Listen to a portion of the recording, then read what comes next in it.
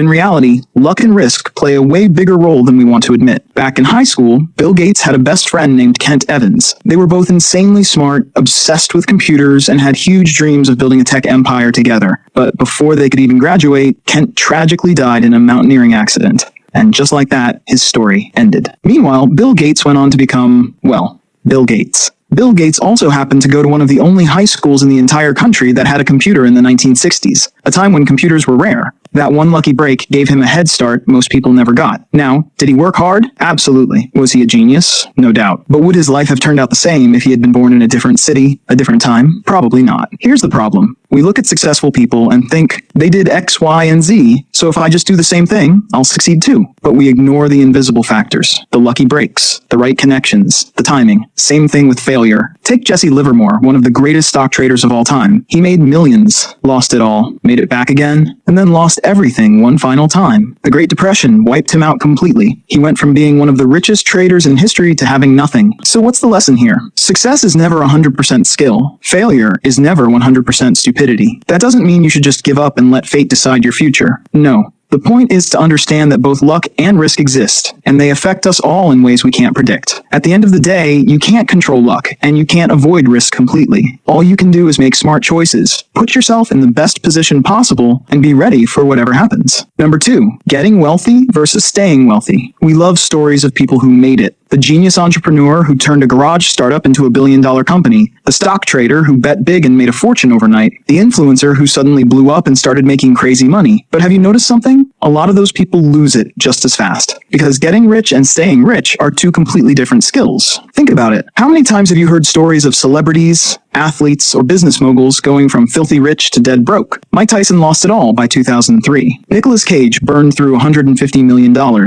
Even professional investors have gone bankrupt after making fortunes. Why? Because getting wealthy requires risk. Staying wealthy requires avoiding risk. Let me break it down. If you want to build wealth, you have to take risks. You start a business, invest in new opportunities, negotiate bigger paychecks, take bold leaps that other people are too scared to make. You need optimism. Think about early entrepreneurs. Jeff Bezos quitting his Wall Street job to sell books online. Elon Musk dumping his PayPal money into Tesla and nearly going broke. Every great success story has a moment where they bet big. That's what gets you in the game.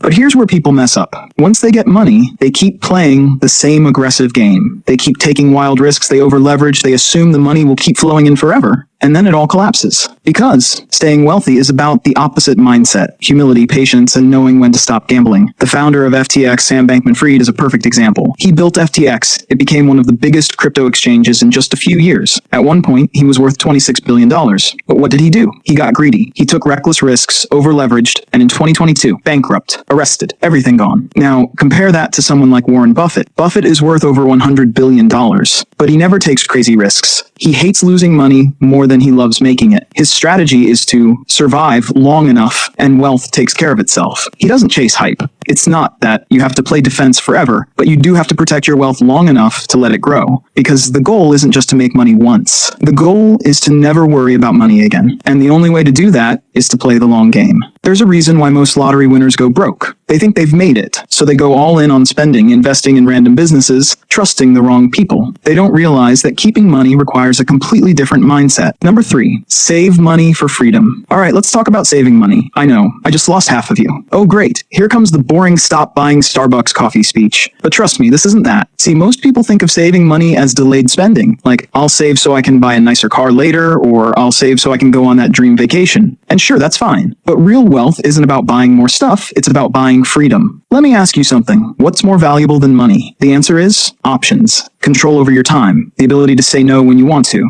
I know a guy who got stuck in a terrible job. Toxic workplace, crazy hours, boss from hell. But he couldn't leave. Why? Because he had zero savings. He was living paycheck to paycheck, stuck in a cycle where quitting wasn't an option. Now compare that to another friend who saved aggressively for a few years. When his job started draining the life out of him, guess what? He walked away. No stress, no panic, just I'm out. There's a term for this, the FU fund. Basically, it's a pile of money that lets you walk away from bad situations. Your job sucks, you don't have to stay. Your landlord raises your rent, you have options. Toxic relationship, you can walk away without worrying about rent. And you don't need to be a millionaire for this. Even having 6 months of savings can put you in a completely different position in life. Most people who say they can't afford to save actually can. It's just that saving isn't exciting. Spending is fun. You get a new car, people notice. You post it on Instagram, everyone hypes you up. But saving, no one sees it. No one claps for you because you quietly transferred $500 into your emergency fund. Most people think getting rich means buying expensive things. But in reality, the richest people in the world focus on buying back their time, because the best thing money can buy is not needing more of it. Number 4, wealth is what you don't see. Back in 2014, there was a janitor named Ronald Reed. Regular guy, worked at a gas station, then as a janitor, drove an old beat-up car, wore the same clothes every day, nothing flashy at all. People probably thought he was barely scraping by. Then one day, he died at 92 years old,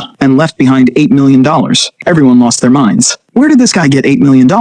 Turns out, while others were flexing, Ronald Reed was quietly building wealth. No one saw his wealth, because it was invisible. Wealth is the money you don't spend. It's the freedom you're building, the investments growing quietly in the background, the peace of mind that comes from knowing you're financially secure, even if nobody else sees it. Think about it. When someone pulls up in a brand new Ferrari, what do we assume? Damn, that guy must be loaded. But we don't actually know that. All we know is he spent $300,000 on a car. What we don't see is how much he actually has left. He could be drowning in debt for all we know. Look, I'm not saying don't buy nice things, you should enjoy your money, but flexing for others at the cost of your future, that's a losing game. If you take just one thing from this, let it be this. Looking rich and being rich are two completely different games. Looking rich is easy. Swipe a credit card, finance a car, buy expensive clothes. Anyone can do that. Being rich, that's about what you don't see. If you ever wonder why some people make 6 figures and still struggle, while others making way less retire early, it's because of this one simple difference. Some people buy things, others buy freedom. Wealth is not your income. Wealth is not your car. Wealth is the money you didn't spend.